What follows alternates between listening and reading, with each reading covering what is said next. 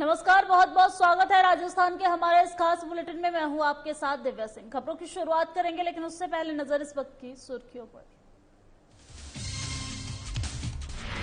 हिंडोली में मुख्यमंत्री अशोक गहलोत ने दी बड़ी सौगात, कई विकास कार्यों का किया शिलान्यास। नया खेल स्टेडियम में हुआ कार्यक्रम।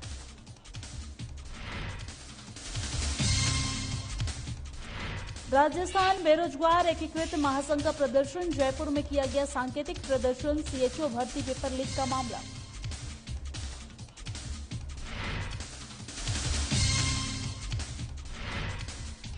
चौथे दिन भी जारी रहा धरना। एनएसयूआई का धरना प्रदर्शन, छात्रावास शुरू करने की मांगे पूरी नहीं होने पर आंदोलन की चेतावनी। हनुमानगढ़ में कई क्षेत्र में नहीं होती पानी की निकासी, बारिश में लोगों को हो रही परेशानी, ग्रामीणों ने जताया आक्रोश।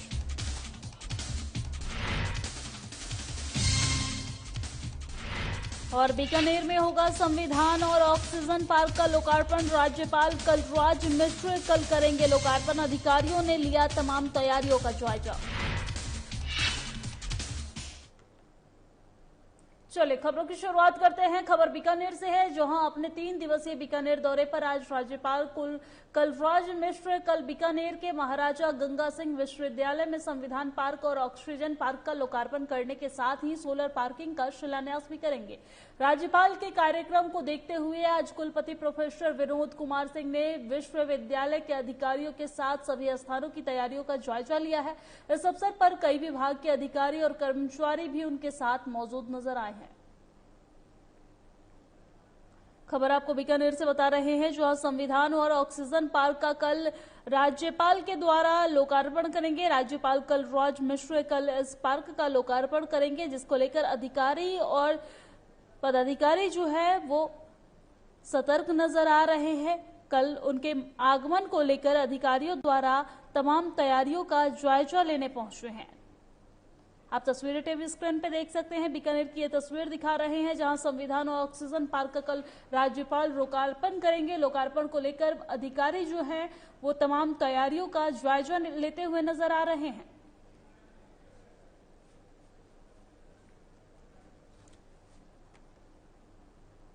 और बूंदी के हिंडोल में मुख्यमंत्री अशोक गहलोत ने प्रदेश की जनता को बड़ी सौगात दी है। उन्होंने 1512 करोड़ रुपए की लागत के विकास कार्यों का शिलान्यास किया है। इस कार्यक्रम की अध्यक्षता विधानसभा अध्यक्ष सीपी जोशी ने की है। ये कार्यक्रम हिंडोल के नया खेल स्टेडियम में आयोजित किया गया है। इस कार्यक्रम के दौरान अशोक गहलोत ने 2 महत्वपूर्ण घोषणाएं करते हुए कहा है कि कोविड के कारण 2 साल तक नौकरी के लिए प्रतियोगी परीक्षाएं समय पर आयोजित नहीं हो सकी है, इसलिए आगामी प्रतियोगी परीक्षा में अभ्यर्थियों को ऊपरी आयु सीमा में 2 साल की छूट दी जाएगी। साथ ही केदारनाथ त्रयोदशी में जान गंवाने वालों को भी सीएम अशोक गहलोत ने याद करते हुए कहा है कि 2013 की केदारनाथ त्रयोदशी में जान गंवाने वाले और अस्थायी रूप से लापता हुए राजस्थान के निवासियों को परिजनों को सबलंब देने के लिए 2013 में अनुकंपा नियुक्ति देने की घोषणा की गई थी और कुछ लोगों को नियुक्ति दे दी गई थी, परंतु सरकार बदलने के बाद बीजेपी सरकार ने इन नियुक्तियों को रद्द कर दिया था। मैं घोषणा करता हूं कि केदारनाथ त्रयोदशी में पीड़ितों के एलिजिबल परिजनों को फिर से अनुकंपा नियुक्ति दी जाएगी।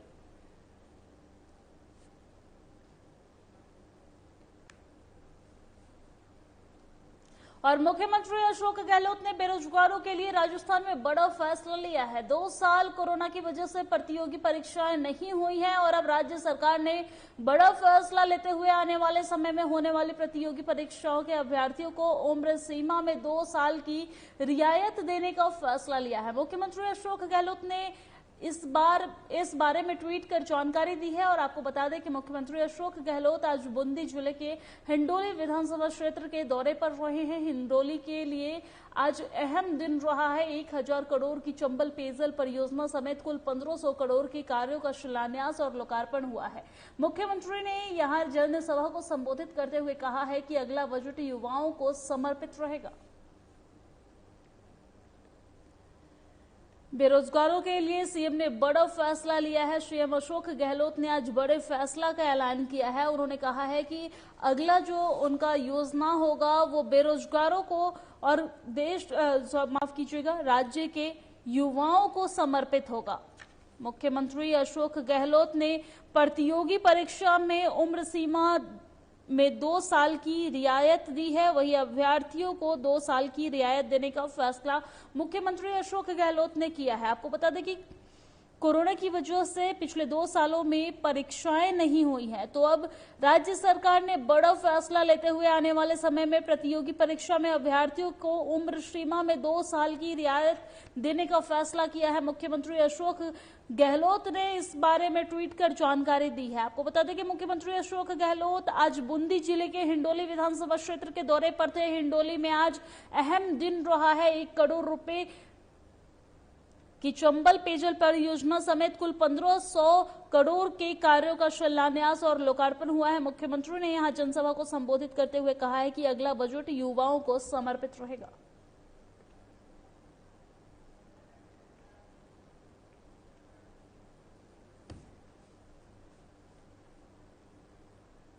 और अब खबर चूरू के तारानगर से है, जहां विधायक नरेंद्र बुडानिया ने शनिवार को तारानगर क्षेत्र के गांव पडेरुआ टिब्बा में विद्यालय, कॉमरोन्नत शीतल जलगृह व पुस्तकालय का शिलान्यास किया है। ग्रामीणों ने गाजी बाजी के साथ दौलत राम के नेतृत्व में विधायक बुडानिया का भव्य स्वागत किया है। सरपंच दर्शना देवी ने आए हुए अतिथियों का आभार व्यक्त किया है। विधायक बुडानिया ने कहा है कि क्षेत्र में विकास की कोई कमी नहीं आने दी जाएगी। वही तारानगर क्षेत्र के गांवों का विकास हमारी पहली प्राथमिकता है। इस मौके पर प्रधान संजय कछवा, मोहर सिंह जियाणी, बीडीओ संत कुमार मीणा, हर्ष लांबा, सुरेंद्र सहारण, कृष्ण सहारण, राजेंद्र सहारण आदि लोग उपस्थित रहे हैं।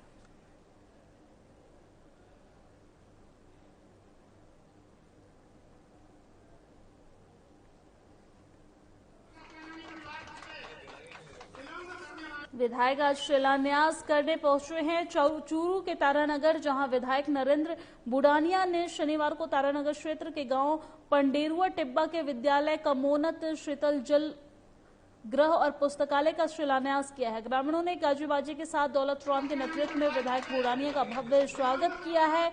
वहीं इस दौरान विकास में कोई कमी नहीं रहने की बात भी कही है। तारानगर क्षेत्र के गांव का विकास उनकी पहली प्राथमिकता है, ऐसा उनका कहना है।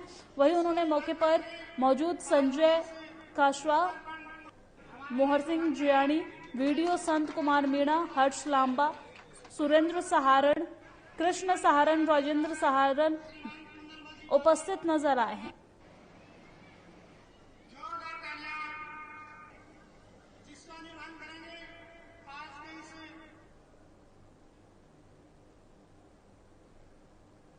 और अब खबर बीकानेर से है, जहां डूंगर महाविद्यालय के छात्रों की सुविधा के लिए छात्रावास शुरू करने की मांग को लेकर एनएसयूआई का धरना लगातार चौथे दिन भी जारी रहा है। आपको बता दें कि भगत सिंह छात्रावास शुरू करने की मांग को लेकर एनएसयूआई आंदोलनरत रहे हैं।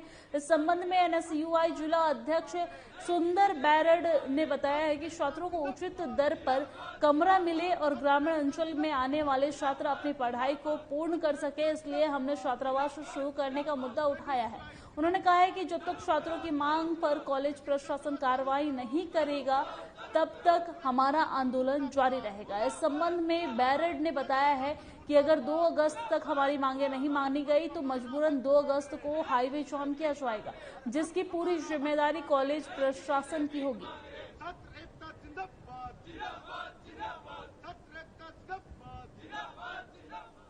अपनी मांगों को लेकर लगातार प्रदर्शन करते एनएसयूआई दिख रहे हैं। अपनी मांगों को लेकर उन्होंने प्रदर्शन किया है और कहा है कि अगर 2 अगस्त तक उनकी मांगे नहीं मानी जाती है तो वो आगे उग्र प्रदर्शन करेंगे।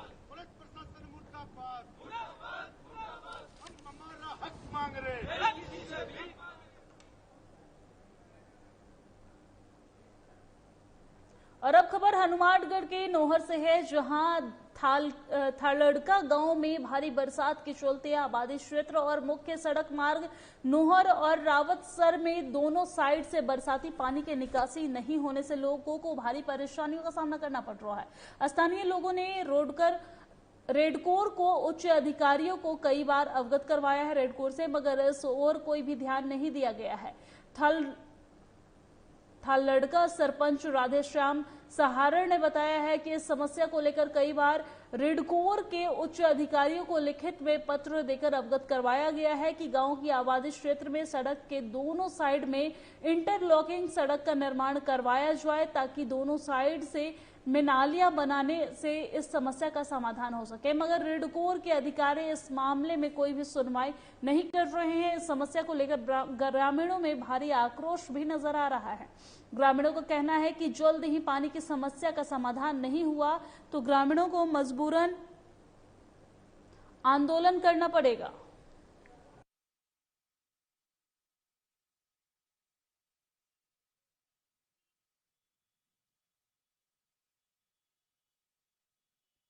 हनुमानगढ़ से बता रहे हैं, जहां सड़क के दोनों किनारे पानी लगी हुई है। इसको लेकर ग्रामीणों ने जिला प्रशासन से इसकी शिकायत की गई है, लेकिन वहां के प्रशासन के द्वारा इस पर कोई भी कार्रवाई नहीं नजर आ रही है। उनकी तरफ से कोई भी सहायता की उम्मीद नहीं नजर आ रही है, जिसकी वजह से ग्रामीणों में काफी आक्रोश देखने को मिल रहा है। ग्रामीणों का कहना है कि अगर प्रशासन हमारी बातें नहीं सुनती है तो मजबूरन हमें आंदोलन करना पड़ेगा। तस्वीरी टीवी स्क्रीन पे देख सकते हैं कि किस तरीके से सड़क का जो हाल है वो बदहाल है, बरसाती पानी जमा हो रही है। हालांकि इस वजह से लोगों को परेशानियां भी हो रही है। आपको बता दें कि बरसाती पानी की वजह से बरसाती बीमारी जो है वो होने का डर है, जिसकी वजह से ग्रामीणों में आक्रोश देखने को मिल रहा है। ग्रामीण लगातार प्रशासन से गुहार कर रहे हैं कि उनकी मांगे को पूरी की जाए, लेकिन प्रशासन की तरफ से कोई ध्यान नहीं दिया जा रहा है। वही ग्रामीणों का कहना है कि अगर प्रशासन हमारी मांगे नहीं मानती है तो हम आगे आंदोलन करने को मजबूर होंगे।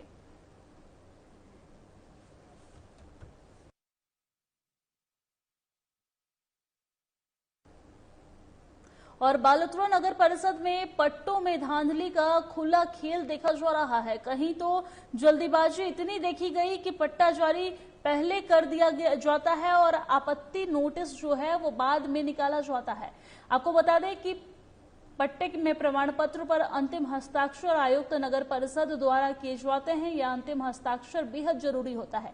इन्हें करने से पहले आयुक्त द्वारा सभी दस्तावेज के हस्ताक्षर ध्यानपूर्वक सत्यापन करने के बाद ही, यानी कि जांच करने के बाद ही किए जाते हैं। जानकारी के अनुसार बालोतरा नगर परिषद में एक मामले में नगर उप नियोजक द्वारा अनुमोदन करने से मना करने पर नगर उपनियोजक के स्थान पर गुप्त दबाव से प्रेरित होकर कनिष्ठ लिपिक धीरज कुमावत द्वारा हस्ताक्षर कर दिए गए हैं। और बड़ी बात तो ये है कि इसके बाद आयुक्त महोदय द्वारा पट्टा भी जारी कर दिया गया है।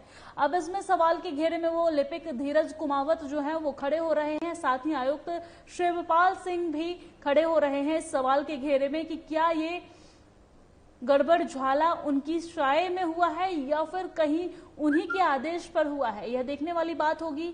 आपको बता दें कि कनिष्ठ लिपिक धीरज कुमावत पर पूर्व में भी विभाग में नियम उल्लंघन करने का आरोप लग चुके हैं और धीरज को एपीओ भी किया जा चुका है, लेकिन उसके बावजूद धीरज द्वारा विभाग के नियम को ताक पर रखकर अपनी मनमानी से पद का दुरुपयोग करते हुए निजी लोगों को मनमाना लाभ देने से बाज नहीं आते नजर आ रहे हैं। वही आयुक्त शिवपाल सिंह के बारे में भी जनता में दबे स्वर में आरोपी की सुबुगाहट भी सुनी जा रही है। कि तकनीकी राय के बिना पट्टा जारी नहीं करते ना, और ऐसा अगर, क्योंकि कई बार होता है कि किसी की अनुपस्थिति में किसी और को चार्ज मिल सकता है उसको। तो आपकी अनुपस्थिति में कौन सक्षम अधिकारी होता है जो चार्ज लेने के लिए योग्य है या जिसे दिया जा सकता है? मेरी अनुपस्थिति में, जैसे अगर नगर परिषद बालोतरा की बात करूं जी, तो हमारे पास एएन है, जेएन है, तो उन्हें चार्ज दिया जा सकता है। ठीक है। क्या किसी भी परिस्थिति में एलडीसी को आपका चार्ज दिया जा सकता है? एलडीसी को अब वैसा होना तो नहीं चाहिए, जनरली नहीं होता। ठीक है। आपके स्थान पर यदि एलडीसी हस्ताक्षर करता है और वो पट्टा इशू होता है तो क्या वो खारिज होने के योग्य है? अगर वाकई में तकनीकी खामियां हैं उसमें तो हो सकता है। और खबर बीकानेर से है, जहां आज आजादी के अमृत महोत्सव के तहत जोधपुर विद्युत वितरण निगम लिमिटेड की तरफ से बिजली महोत्सव का आयोजन किया गया है। कार्यक्रम में विद्युत क्षेत्र में कई प्रगति और साल 2047 तक की आकांक्षाओं पर चर्चा की गई है। कार्यक्रम के मुख्य अतिथि ऊर्जा मंत्री भंवर सिंह भाटी ने कहा है कि देश के साथ प्रदेश में भी बिजली के क्षेत्र में कई उपलब्धियां अर्जित की गई है। हर घर तक बिजली पहुंचाने की दिशा में काम किया जा रहा है। प्रदेश में किसानों के साथ आम उपभोक्ताओं को बिजली के बिल में राहत दी गई है।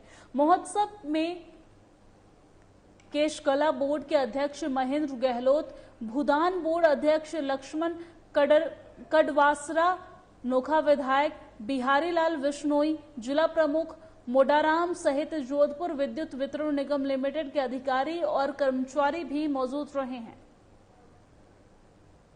आजादी के 75वां साल का उत्सव पूरे देश में प्रदेश में मनाया जा रहा है। उसी के तहत अमृत महोत्सव बिजली विभाग भी पूरे देश भर में आयोजित कर रहा है और इसमें जो पिछले 75 सालों में ऊर्जा के क्षेत्र में जो काम हुए हैं और बिजली की पहुंच हर घर तक वो अंतिम छोर पर बैठे हुए व्यक्ति को भी उसके घर में भी बिजली की रोशनी पहुंचे, इस सोच के साथ केंद्र सरकार की बात करें या राज्य सरकार की बात करें, सबका ये प्रयास रहा है हमेशा कि आम आदमी को, किसान को, व्यापारी को, सबको लाइट पहुंचाई जाए। जो योजनाएं हैं उनके बारे में चर्चा करना, उनकी जानकारी उपलब्ध करवाना इस महोत्सव का मुख्य उद्देश्य है। जैसा कि आप सब जानते हैं कि पिछले 3 सालों में राजस्थान में अशोक गहलोत जी के नेतृत्व में सरकार बनी और इस सरकार के द्वारा, हमारी सरकार के द्वारा जो काम बिजली के क्षेत्र में हुए हैं वो ऐतिहासिक काम हुए हैं। चाहे मुख्यमंत्री किसान मित्र ऊर्जा योजना की बात करें, राजस्थान के 15 लाख किसानों में से करीब 9 लाख किसानों का जो बिजली का बिल है, मासिक बिल है, वो शून्य हुआ है। और राजस्थान में सीएचओ भर्ती पेपर लीक मामले में राजस्थान बेरोजगार एकीकृत महासंघ ने आज जयपुर के जागृति विद्या मंदिर सीनियर सेकेंडरी स्कूल के सामने सांकेतिक प्रदर्शन किया है। राज्य सरकार से कानून के माध्यम से जल्द स्कूल की मान्यता रद्द करवाने और संपत्ति जब्त करने और नए कानून के तहत दोषियों को 10 साल की सजा दिलाने की मांग की है। वहीं महासंघ के अध्यक्ष उपेन्द्र यादव ने कहा है कि राज्य सरकार को हमारी मांगे पूरी करनी चाहिए। ऐसा नहीं होने पर बड़े पैमाने पर धरना प्रदर्शन किया जाएगा। राज्य सरकार के एंटी चीटिंग कानून के तहत तत्काल रूप से कार्रवाई करनी चाहिए। कम्युनिटी हेल्थ ऑफिसर भर्ती का पेपर लीक हुआ था। भर्ती परीक्षा 10 नवंबर 2022 को हुई थी। एसओजी ने इस पर केस दर्ज कर लिया है। बड़ी बात तो ये है कि सीएचओ भर्ती के प्रशिक्षण और नियुक्ति के 3 महीने बाद इस मामले का खुलासा हुआ है। वहीं पूरे मामले की जांच में एसओजी जुट गई थी। आपको बता दें कि कांस्टेबल परीक्षा के दूसरे दिन 14 मई को दूसरी पारी का पुलिस भर्ती का पेपर आखिरकार सोशल मीडिया पर वायरल हो गया था, लेकिन मुखबिर से मिले सूचना के बाद एसओजी ने महज 2 दिन में इस गैंग का खुलासा कर दिया। इसके लिए एक गोपनीय ऑपरेशन चलाया गया। इस पूरी कड़ी में सुराग मिला एक फोटो में नजर आए जूते और पर्स के डिजाइन से, यानी स्ट्रांग रूम में पेपर चुराने वाले गैंग ने एक सदस्य की छोटी सी गलती ने इस पेपर को लीक कांड का खुलासा कर दिया है। उपेन्द्र यादव ने कहा है कि कांस्टेबल भर्ती पेपर लीक मामले के आरोपियों को भी नए कानून के तहत सजा मिलनी चाहिए।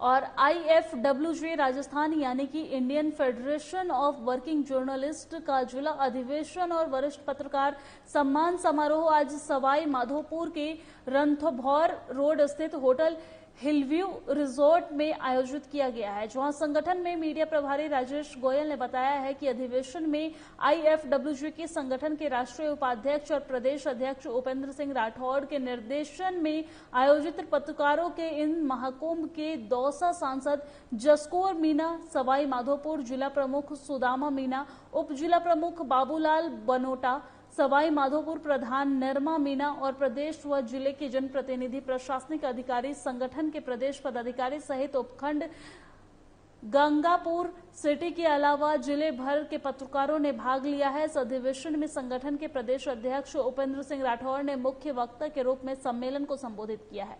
उसके अलावा उपस्थित अतिथियों का उद्बोधन हुआ है।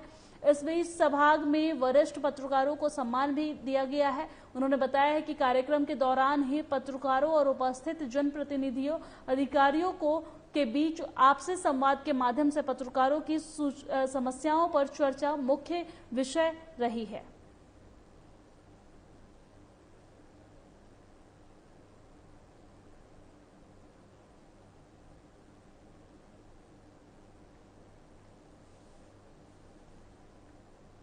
सतत प्रक्रिया है संगठन की। पूरे राजस्थान में पहले आईएफडब्ल्यूजी के संभाग स्तरीय सम्मेलन आयोजित किए गए थे, फिर उसके बाद में संगठन के जिला स्तरीय सम्मेलनों का सिलसिला शुरू हुआ और उसी कड़ी में आज सवाई माधोपुर में भी जिला सम्मेलन आयोजित किया गया है। इसमें खास बात ये थी कि वरिष्ठ पत्रकारों का संवाद और एक पत्रकार एक मंच पर आए, पत्रकार संगठित रहे, इस उद्देश्य को लेकर के ये अधिवेशन बुलाया गया था।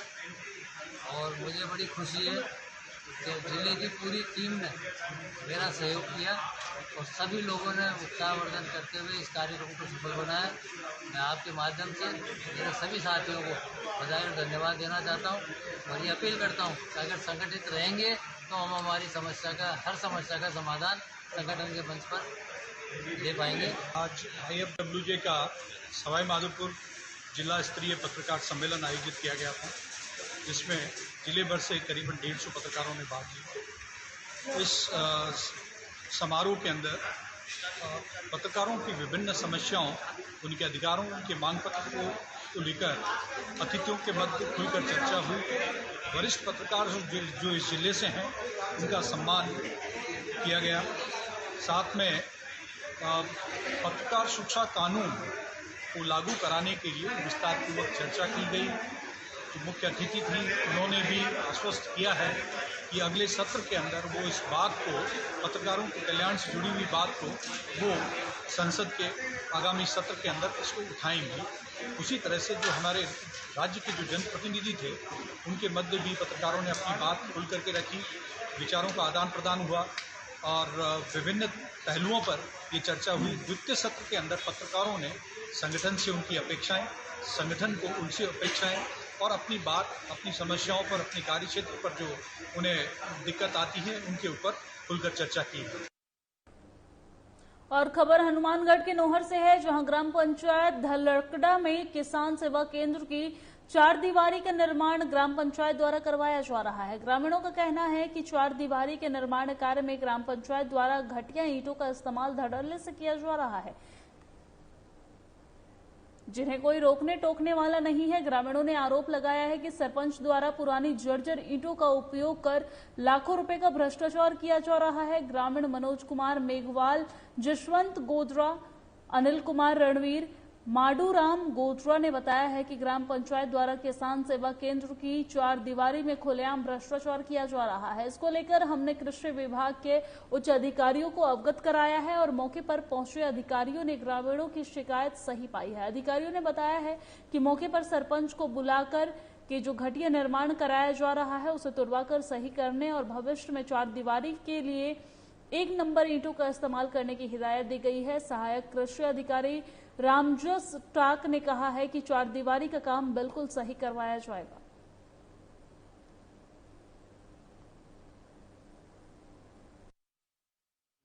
किसान सेवा केंद्र में बिल्कुल घटिया ईंट, पुरानी ईंट गलियों में उगाड़ कर लगाई जा रही है। जो नई ईंटों का बजट है और सरपंच द्वारा कह दिया है और अधिकारियों द्वारा अवगत करा दिया गया है कि ये ईंटें सही नहीं लग रही है। अधिकारियों ने भी कहा है कि ये ईंटें गलत लग रही है, पुरानी है, नई ईंटों का बजट है और वो लगाना है। इसी तरह ये चलता रहा तो हम निर्माण कार्य बंद करवा देंगे। और शाहबाद के कस्बा थाना में प्रमुख अपने द्वार और जन सुनवाई शिविर शनिवार को पंचायत समिति शाहबाद की ग्राम पंचायत कस्बा थाना में हुआ है।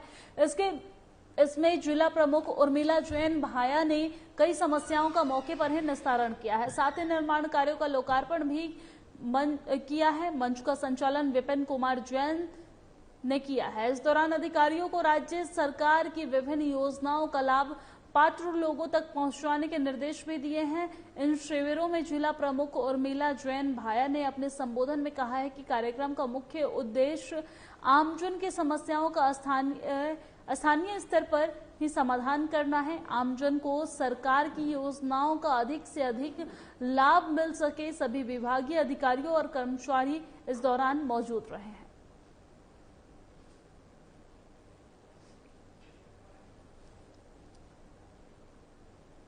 और खबर श्रीगंगानगर से है, जहां रावला इलाके में कार पलटने से दिल्ली के रहने वाली महिला की मौत हो गई है। हादसे में उसका भाई और कार ड्राइवर घायल हो गए हैं। ओवर स्पीड के होने के कारण कार पलट गई है। आपको बता दें कि दिल्ली निवासी महिला पूनम अपने भाई जीवित के साथरावाला इलाके में आई थी। वह रावला से आगे बीकानेर कार से जा रही थी। इस दौरान बीकानेर जिले के गांव 11 LKD के पास कार पलट गई है और पूनम की मौत मौके पर ही हो गई है। हादसे में पूनम का भाई जीवित और ड्राइवर रोहित गंभीर रूप से घायल हो गया है। घटना स्थान बीकानेर जिले का गांव 11 LKD होने के कारण घायलों को बीकानेर अस्पताल में भर्ती करवाया गया है, जहां दोनों का उपचार चल रहा है। महिला का शव रावला के सरकारी अस्पताल में रखवाया गया है।